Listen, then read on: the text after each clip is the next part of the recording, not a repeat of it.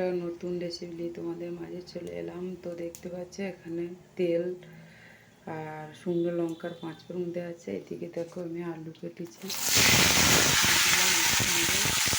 দেখতে পাচ্ছি নাড়াচাড়া করে দিলাম। তো এবার আমি একটু হলুদ দেবো, এবারে নুন দিলাম।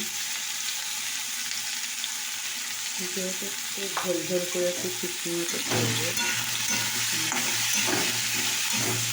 আমরা যেটা বলি আমাদের ভাষায়, তোমরা কী বলো জানি না, আমাদের ভাষায় বলি আলু পোস্ত।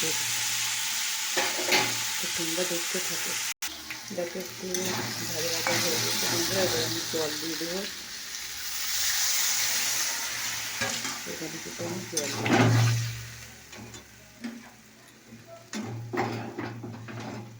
ওরা কড়াই তো স্লিপ কেটে যায়, একটু তলাইতে হয়ে গেলে না কিন্তু ধরেনি, এটা কিন্তু ভালো হয়। দেখো তোমরা সেদ্ধ হতে লেগেছে। তো দেখো বন্ধুরা হতে লেগেছে। এদিকে দেখো টমেটো একটু দিয়ে দিলাম, টমেটো একটু দিয়ে দিলাম। তো দেখো এখানে আমি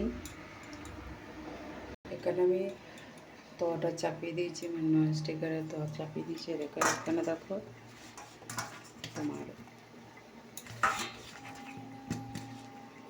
এটা কি বলো তো, করলা, কলা, কাঁচা কলা দিয়ে দিচ্ছি।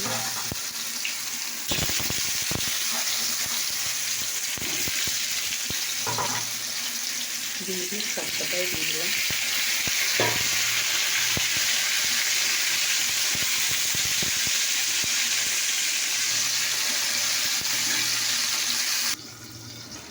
চলো বন্ধুরা, ঢাকা দেওয়া আছে। এবার কতটা ভাজা হলো,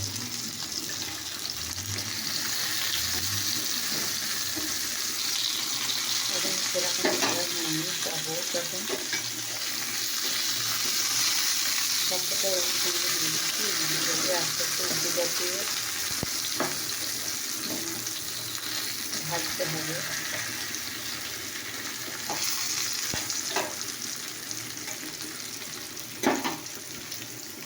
তো দেখো বন্ধুরা একে একে আমি সব উল্টে পাল্টে দিয়েছি।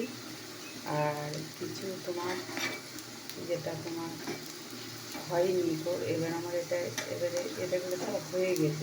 যেটা হয়ে গেছে সেটা তুলে নেবো। তো দেখো বন্ধুরা আমার করলা ভাজা রেসিপিটা রেডি হয়ে গেছে। কেমন লাগছে বলো তোমাদের। তো চলো,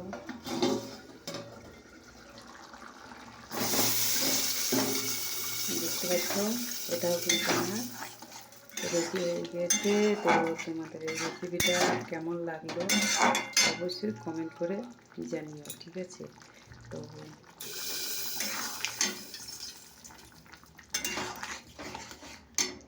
তোমাকে দেখো সম্পূর্ণ রেসিপিটা রেডি হয়ে গেছে। যদি একটু রসটা নিয়ে গেলে একটুখানি জল দিয়ে দিলাম। তোমাদের এই রেসিপিটা কেমন লাগলো অবশ্যই কমেন্ট করে জানিও।